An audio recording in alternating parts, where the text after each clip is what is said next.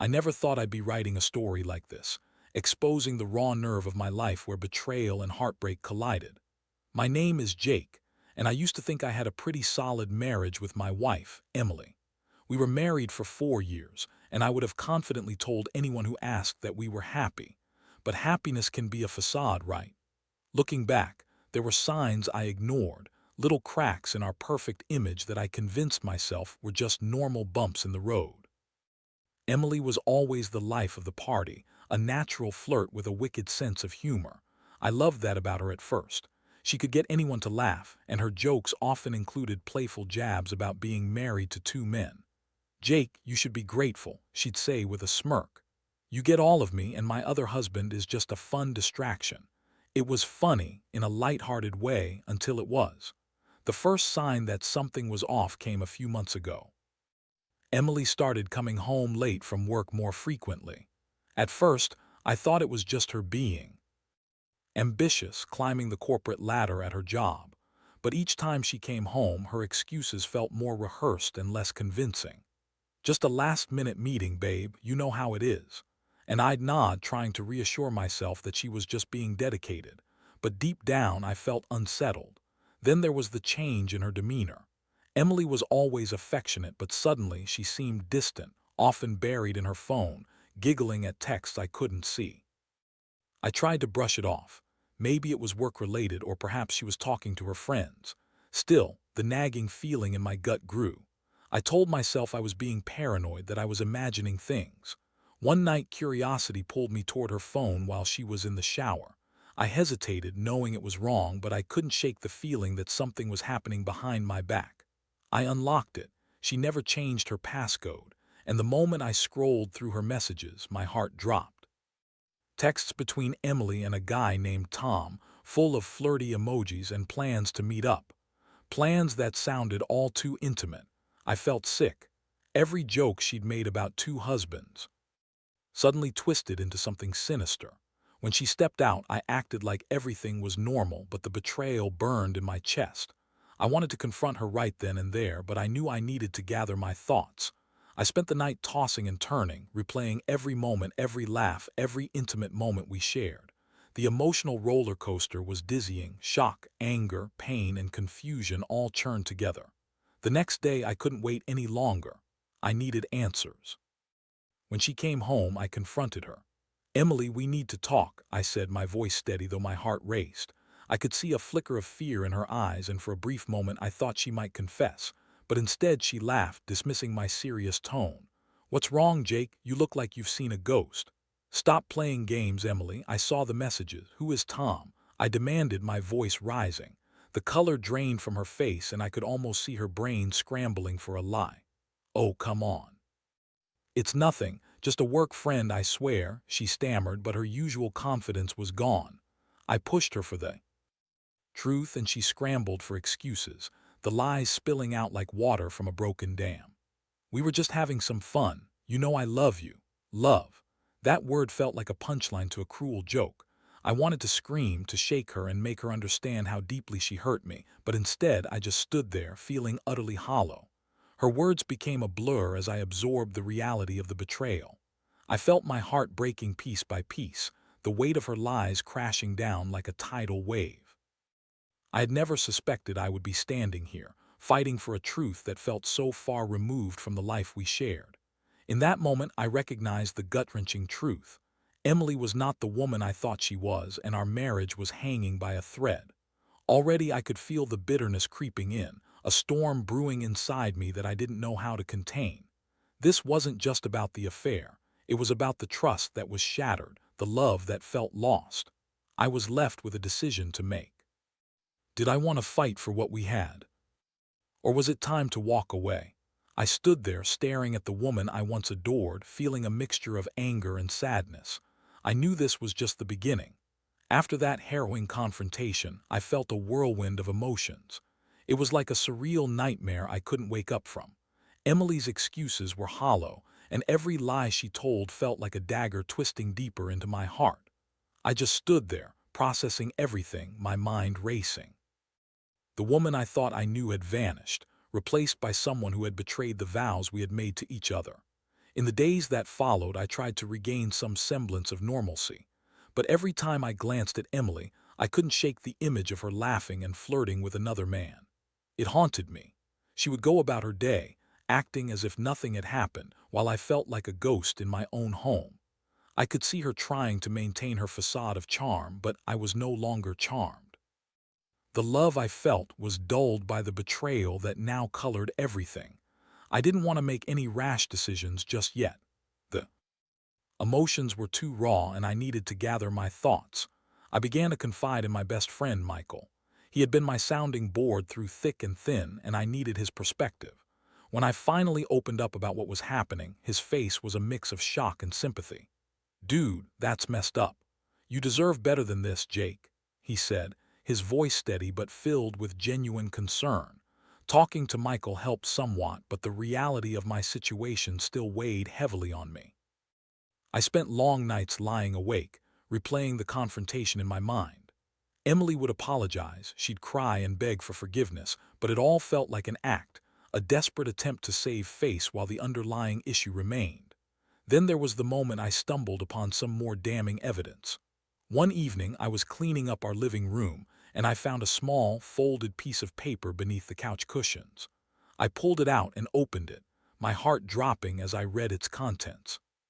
It was a handwritten note from Tom, complete with a pet name she had for him. "Can't wait to see you tonight. My handsome, let's make it unforgettable." I felt the bile rising in my throat. I confronted her again that night, feeling a mixture of anger and heartbreak. "Emily, this isn't just a one-time thing, is it? You're seeing Tom behind my back." Her reaction was defensive. "You're taking this all wrong, Jake. It was just a joke. We were just having fun," she argued, her voice rising in pitch. I could see the panic in her eyes, and it infuriated me even more. "I'm not taking anything wrong, Emily. This isn't a joke to me, it's my life," I shouted, feeling my fists clench at my sides. "You've made a fool of me."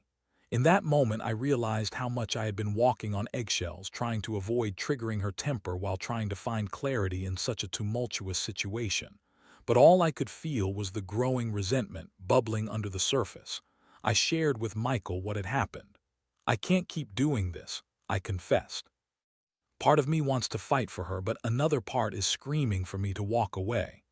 Jake, you deserve someone who respects you. This isn't love. It's manipulation, and you shouldn't stand for it," he advised, his tone firm and resolute. As days turned into weeks, I started to feel a shift within myself. I was tired of being the one who cared more, the one who was always willing to forgive and forget. The more I thought about Emily's actions, the more I realized I deserved better. I could feel the calm acceptance creeping in, contrasting sharply with the anger that initially consumed me. It was time to take control. I began to devise a plan, something that would allow me to regain my dignity while also showing Emily the consequences of her actions. I wanted her to feel the impact of her choices, to understand that her betrayal had real repercussions. I started distancing myself emotionally, creating a barrier between us. I avoided any intimate conversations and focused on my own healing. I threw myself into work, spending late nights at the office, and even picked up a few new hobbies that excited me. I found solace in keeping myself busy, and it felt liberating to focus on my own needs for a change. But Emily was persistent. She noticed the distance, the way I was pulling away, and she tried to pull me back in, claiming she wanted to make things right. "I love you, Jake," she said one night, her voice soft and pleading. "I made a mistake, but I want us to work through this." Her words felt empty, like a band-aid over a gaping wound. I wanted to believe her, but I couldn't shake the feeling that she was only sorry because she got caught. It was a harsh realization, but I had to remind myself that her actions spoke louder than her words. And so, I began to solidify my decision. I knew I would have to confront her one last time, to lay everything out on the table and talk about the future of our marriage. I needed closure. Either we'd find a way to rebuild our relationship, or I'd walk away with my head held high, ready to start anew. The choice was mine to make, and I was determined to follow through. The day finally arrived when I decided it was time to confront Emily again. I had spent countless nights rehearsing what I wanted to say, crafting the perfect script. In my mind, I wanted to ensure that she understood the gravity of her betrayal while also making it clear that I wasn't going to tolerate her lies anymore. I set the stage in our living room, a neutral space where we had shared laughter and quiet moments over the years. I made sure to choose a time when things were relatively calm, no distractions, just the two of us. As I sat on the couch, I could feel the tension building in my chest. This time, I wouldn't let her deflect or minimize my feelings. When Emily entered the room, she seemed a bit apprehensive, perhaps sensing that the atmosphere had shifted. "Hey Jake, what's up?" she asked, trying to keep her tone light, but I could see through her facade. I took a deep breath, knowing I had to be straightforward. "Emily, we need to talk about everything that's happened," I said, trying to keep my voice steady. Her expression changed, a flicker of concern crossing her face. "Okay, what do you mean?" I wasted no time. "I've found out more about your relationship with Tom, and I can't pretend that everything is fine anymore. I can't ignore the fact that you've been lying to me, and I deserve better than that." She opened her mouth to respond, but I cut her off. "I don't want to hear any more excuses or half-hearted apologies. I need you to be honest with me. Why did you do it?" Her demeanor shifted, the bravado she often wore slipped away. "Jake, please, I was just trying to have fun. I thought it was harmless," she pleaded, her voice rising. "Harmless? You think lying and sneaking around is fun? You were betraying your marriage. You were betraying me." I shot back, feeling anger surge through me. This was the moment of truth, and I needed her to understand the pain her actions had caused. As she fumbled for words, I couldn't help but notice the tears pooling in her eyes. "I didn't mean to hurt you. I was feeling lost, and I made a stupid mistake. It didn't mean anything." "Didn't mean anything," I echoed, incredulous. "You think that makes it better? You can't just dismiss it like that." This was about more than just fun, it was about trust. You broke that trust. And now I'm left wondering if I ever even knew you. The room fell silent for a moment, the weight of my words hanging heavy in the air. Emily sniffled, her bravado crumbling away. "I'm sorry, Jake, I really am. I just got wrapped up in it all and I didn't think about the consequences." "Exactly. You didn't think. You just acted. And now it's time for me to think about what I want," I said, my voice more composed now but still filled with emotion. Her gaze fell to the floor and I could see the realization dawning on her. "What are you saying?" she asked, her voice trembling. "I'm saying I can't keep doing this. I need to look out for myself now. I deserve honesty and loyalty, and right now I feel completely betrayed." The tears spilled over as she looked up at me, her expression a mix of regret and disbelief. "Please, don't give up on us, Jake. We can fix this. I'll do anything to make it right." But I shook my head, feeling the finality of my words settle in. "I don't know if this can be fixed. Emily, trust is something that takes years to build and can be destroyed in an instant. I need time to think about what I want moving forward, but I can't promise you anything." I watched her face as realization settled in. She was losing control of the narrative, and for the first time I felt a sense of empowerment, like I was reclaiming my life. "I think it's best if we take some time apart. I need space to figure this out." Her shoulders slumped as she absorbed my words. "Are you serious? You want a separation, just like that?" "Yes, I am serious. I need to know what my life looks like without the weight of this betrayal hanging over me. It's about self-respect now," I said firmly. Emily's expression morphed into desperation. "Jake, don't do this. Don't throw away everything we've built together." But I was resolute. "You threw it away, Emily. I'm just acknowledging the reality of the situation." Her cries echoed in the room as she pleaded for me to reconsider, but I held my ground. I felt a mix of sadness and relief. This was the moment I had been building up to, and while it hurt to see her in pain, I knew I had to prioritize my well-being. As I walked away, I felt an overwhelming rush of emotions, anger, sadness, and a sense of liberation all at once. I had finally taken a stand for myself. It was time to focus on healing and rediscovering who I was outside of this toxic relationship. I was tired of being the one who always forgave, the one who put Emily's needs first. Now it was my turn. It would be a long road ahead, but I was prepared to face it, one step at a time. I didn't know what the future held, but I was determined to find my footing again, no matter how challenging the journey might be. With a heavy heart, I began to think about what my next steps would be. I needed to reclaim my life, my happiness, and start the process of moving on from the wreckage of our marriage. The separation felt surreal. It was one thing to say it out loud, but living it was another matter entirely. I had moved into a small apartment a few blocks from our house, a place that felt foreign yet liberating at the same time. The first few nights were the hardest. I lay in a bed that felt too big without Emily's warmth beside me, and the silence echoed with memories of happier days. It was as if I was in a limbo, caught between the reality of my decisions and the ache of what I had lost. I tried to keep myself busy, filling my days with work and socializing with friends. Michael was a constant support, often dragging me out for drinks or to catch a game. "You're going to feel like yourself again, Jake. Just give it time," he would say, trying to reassure me. His optimism was comforting, but there were moments when I felt completely adrift. Emily reached out regularly, sending me texts that ranged from remorseful apologies to angry accusations. "You don't understand what you're throwing away," she'd say one moment, and the next, "You're being ridiculous." I had to mute her for my own sanity. I knew that any communication would only lead to more pain and confusion. I needed to carve out a space for healing without her voice complicating things. Weeks turned into a month, and while I was still processing my feelings, I began to rediscover parts of myself that had been buried during our marriage. I started hitting the gym more frequently, feeling the endorphins wash over me with each workout. There was something empowering about channeling my frustration into physical exertion. I even signed up for a few classes, kickboxing and yoga, two extremes that surprisingly balanced my emotional state.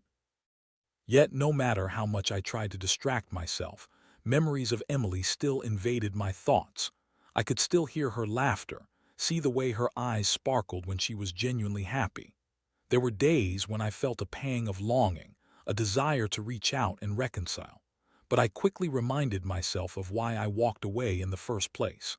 I couldn't let myself be swept up in nostalgia. I needed to remember the betrayal that led me here. Then one fateful afternoon I got a call from Michael. "Hey man, you won't believe who I ran into," he said, his voice a mix of excitement and apprehension. "It was Emily. She looked different." "Different how?" I asked, my heart beginning to race. "Just not her usual self. She seemed sad, almost lost." "I think she's really struggling with everything," he replied. I felt a mix of concern and indifference. "That's what she gets, isn't it? She made her choice." "Yeah, but maybe you should think about talking to her, just to see how she's doing. You don't have to reconcile, just check in," he suggested. There was a pause on the line as I weighed his words. Part of me wanted to check in to see if she truly felt remorseful or if it was just another ploy. But another part of me screamed to maintain my distance, to protect myself from getting pulled back into her web of manipulation. "I'll think about it," I finally said, my voice more tentative than I intended. That night I found myself lying awake, the shadows of my thoughts swirling around me. What if she truly regretted her actions? What if she had changed? I felt the familiar conflict rise within me, the struggle between wanting to show compassion and the need to protect myself from further hurt. Days passed, and I found myself constantly rerouting my thoughts back to her. I couldn't shake the image of Emily looking lost and vulnerable. Maybe I could give her a chance to explain herself, to express her feelings without the facade of anger or denial. But I also knew I had to guard my heart fiercely. Eventually, I made a decision. I would agree to meet her, but I would set strict boundaries. I wasn't going to let her manipulate me again, nor would I allow myself to be swept back into the chaos. I texted her, initiating what felt like my first step into unknown territory. "Emily, let's meet. I want to talk." Her response was almost immediate, filled with hopeful enthusiasm. "Really? Thank you, Jake. I've missed you. I'll do whatever it takes to fix this." I narrowed my eyes at the screen. "This isn't about fixing anything just yet. I need to understand where we both stand." The day of our meeting arrived, and I felt a mix of nerves and determination. I chose a cafe near my apartment, a neutral ground where we could talk without the weight of our shared history pressing down on us. As I waited for her, I could feel my heart beating wildly in my chest. When Emily arrived, I barely recognized her. She looked good, yet there was something different about her. The light in her eyes was dimmer and her smile didn't reach the corners of her mouth. I could see the toll that the past month had taken on her, and a part of me felt a twinge of empathy. It was a stark contrast to the vibrant woman I had married. "Hey," she greeted, her voice soft and tentative. "Hey," I replied, motioning for her to sit down. I wanted to keep my emotions in check, but the tension in the air was palpable. "I'm really glad you agreed to meet," Emily began, looking down at her hands. "I've had a lot of time to think about everything." "I hope you've thought about the impact of your actions," I interjected, wanting to set the tone for our discussion. "It's important to me that we don't gloss over what happened." She nodded, her expression serious. "I have. I'm so sorry, Jake. I never meant to hurt you. I let myself get caught up in something that meant nothing, and I lost sight of what really mattered." I could hear the sincerity in her voice, but I also recognized the familiar tone of regret that seemed designed to elicit sympathy. "It's not enough to just say you're sorry, Emily. You have to understand the gravity of your choices and how they affected me." "I know, and I'm working on that. I've started seeing a therapist to help me understand why I did what I did," she confessed, her gaze lifting to meet mine. "It was never about you. It was my own insecurities." I took a deep breath, processing her words. "That's a step in the right direction, but I can't just forget what happened. You broke my trust in a way I can't overlook. I've been rebuilding my life without you, and it's been difficult but necessary." Her eyes filled with tears. "I miss you so much, Jake. I realize now how much I took for granted. I want to find a way back to you, but I understand if you need more time." The sincerity in her plea was hard to ignore. "I appreciate your honesty, but I can't promise anything right now.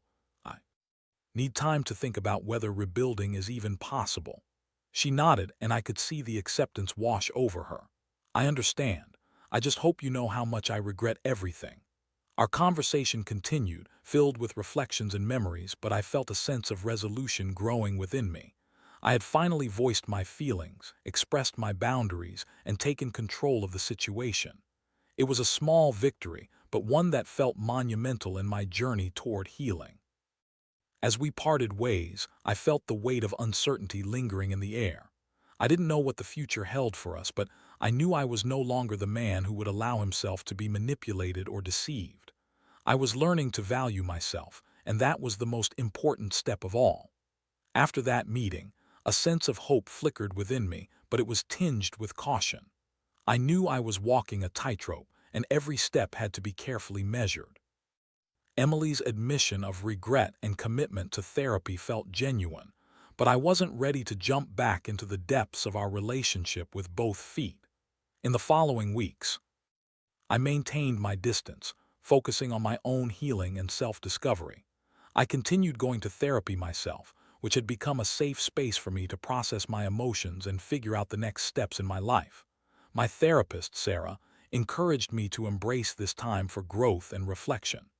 "This is about you, Jake. You've been through a lot, and it's important to prioritize your well-being before you make any decisions about the future," she reminded me during one session. As I navigated this new chapter, Emily would occasionally reach out, asking how I was doing. I could sense that she was genuinely trying to change, but I found myself torn between wanting to believe her and the lingering hurt from her betrayal. I appreciated her effort to communicate, but I was still hesitant to let her back into my life fully. One evening, while scrolling through social media, I came across a post that made my heart sink. It was a picture of Emily and Tom together at a party, looking carefree and happy. The caption read, "So grateful for friends who know how to have a good time." It felt like a punch to the gut. I stared at the screen, my emotions swirling. How could she move on so easily? After everything we had been through, how could she be so callous? I felt anger rising within me, threatening to spill over. I had spent weeks trying to heal while she appeared to be living her best life. It was infuriating, and I felt a rush of jealousy that I hadn't anticipated. I decided to vent to Michael about it. "Dude, I just saw a picture of Emily with Tom, and it's like she's completely fine. How can she just move on?" I paced back and forth in my apartment, the frustration pouring out of me. Michael listened intently. "You have to remember, Jake, that this is her coping mechanism. She's trying to distract herself from the pain of losing you. It doesn't mean she's over it. You're both processing this in your own ways. But it hurts, man. I'm here trying to figure out my feelings while she's out there acting like she hasn't destroyed everything we built together. I ran a hand through my hair, feeling the weight of my emotions crash down on me. Look, it's okay to feel angry, just don't let it consume you. You're on your own journey and you need to focus on what's best for you, he advised, his tone steady and reassuring. That night I lay in bed, the weight of Michael's words sitting heavily on my mind. I was tired of feeling like a victim, tired of being angry. I needed to regain control over my feelings and my life. I couldn't let Emily's actions dictate my emotional state any longer. The next day, I decided to reach out to Emily. I felt a sense of resolve as I texted her, "Can we talk? I saw the photo and I think we need to address some things." Her response came quickly, filled with relief. "Of course, I'd really like that. When and where?" I suggested meeting at the same cafe where we had our last conversation. As I prepared for our meeting, I reflected on what I wanted to say. I needed to express my feelings without letting her deflect or manipulate the situation. I was ready to lay everything on the table. When I arrived at the cafe, I found Emily already seated, her hands nervously twisting in her lap. "Hey, Jake," she greeted, her voice soft. "Hey," I replied, taking a seat across from her. "I saw the picture of you and Tom." Her expression shifted to one of concern. "I'm sorry you had to see that. It was just a night out with friends, I swear. I didn't mean for it to hurt you." Honestly, it did hurt, Emily. It felt like you were flaunting your new life while I'm here trying to process everything that happened between us. "It's hard for me to understand how you can be so carefree after everything," I said, trying to keep my emotions in check. "I get that. I've been trying to distract myself, but it doesn't mean I don't care about you. I do. I've just been so lost," she replied, her eyes pleading for understanding. "Lost? You were the one who made choices that led to this mess, Emily. I need you to take responsibility for your actions. It's not fair to me if you're trying to ease your guilt by pretending everything is fine," I said firmly. She nodded, tears glistening in her eyes. "I know I messed up. I'm just trying to figure out who I am now.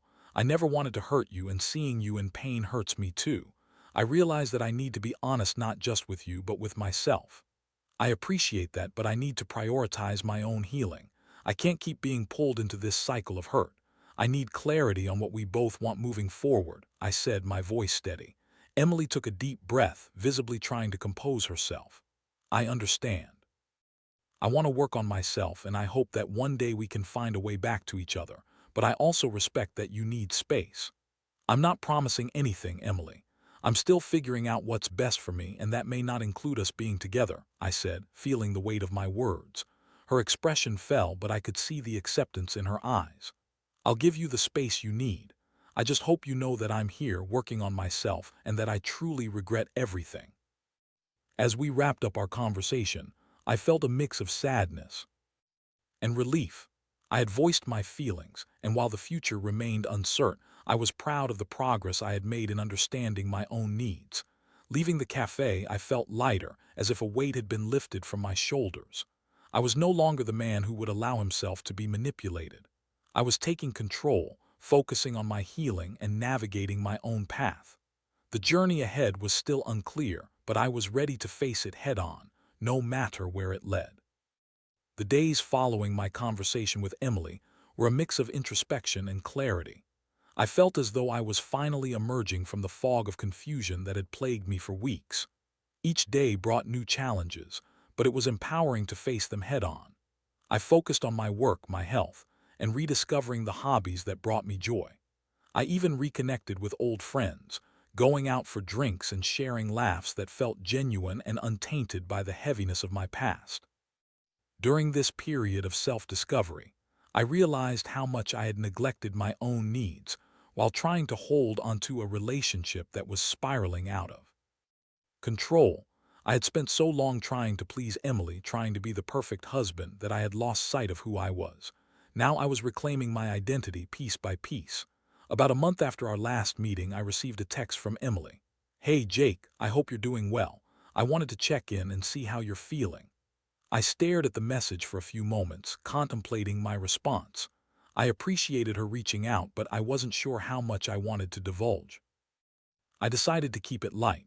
"Hey, Emily, I'm doing okay, just keeping busy with work and getting back to my hobbies." Her reply came quickly. "I'm glad to hear that. I've been focusing on myself too. Therapy has helped a lot, but I still have a long way to go." I could feel the sincerity in her words, and part of me felt a flicker of hope for her growth. "That's good to hear. I hope it continues to help you." We exchanged a few more messages, discussing mundane topics and sharing updates about our lives. It felt different this time, less charged with emotion, and more like two people trying to find common ground. I realized I wasn't just moving forward, I was also allowing Emily to do the same. A few weeks later, we agreed to meet up again. I was anxious yet curious about how we would connect after everything that had transpired. We decided to meet at a park, a neutral and relaxed environment where we could talk without the pressure of a cafe or restaurant atmosphere. As I approached the park, I spotted her sitting on a bench, looking a bit nervous but hopeful. She smiled when she saw me, and I couldn't help but feel a sense of nostalgia. We had shared so much, and despite everything, I still cared about her. "Hey," I said as I sat down beside her. "Hey," she replied, her voice soft. "Thanks for meeting me." "Of course. I think it's important for us to keep communicating," I responded, trying to keep the tone light. "I've been doing a lot of thinking," Emily began, her eyes searching mine. "I know I hurt you deeply, and I've been working on understanding my actions. I realize how selfish I was and how much I took you for granted." Her honesty struck a chord with me. "I appreciate that, Emily. It's been hard for me too. I've been working on healing and finding my own path." We talked about our journeys, the progress we had made since our separation. Emily shared her experiences in therapy, and though she was still navigating her emotions, she seemed more grounded. I could see the growth in her, a maturity that hadn't been present before. "Do you think we could ever rebuild what we had?" she asked, her gaze steady. I took a deep breath, weighing my words carefully. "I think it's possible to have a friendship, but I'm not ready to dive back into a romantic relationship. Too much has happened, and I need to prioritize my own well-being right now." Her expression shifted, and I could see the disappointment flicker across her face, but I also saw understanding. "I respect that, Jake. I just want you to know that I'll always care about you no matter what." "And I care about you too, Emily," I assured her. "But right now, I need to focus on myself and my healing. Maybe down the line we can reevaluate things, but I can't promise anything yet." She nodded, a mixture of sadness and acceptance in her expression. "I understand. Thank you for being honest with me." As we wrapped up our meeting, I felt a sense of closure wash over me. I was no longer shackled by the pain of betrayal. I had taken steps to regain my sense of self, and while the road ahead was still uncertain, I felt empowered to keep moving forward. In the weeks that followed, I continued to embrace my newfound independence. I spent time with friends, picked up new skills, and immersed myself in activities that challenged me. I felt stronger, more confident, and ready to face whatever life would throw my way.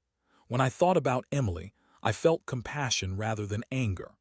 I recognized that we both had lessons to learn from this experience, and while we might not end up together, I was grateful for the time we had shared. Through all of this, I learned that my worth wasn't dependent on someone else's actions or choices. I discovered the importance of self-love and respect, and I realized that healing takes time but is ultimately a journey worth embarking on. As I continued on my path, I wanted to share one piece of advice for anyone else who may find themselves in a similar situation. Prioritize your well-being, trust your instincts, and never be afraid to seek help. In the end, the most important relationship you'll have is the one with yourself.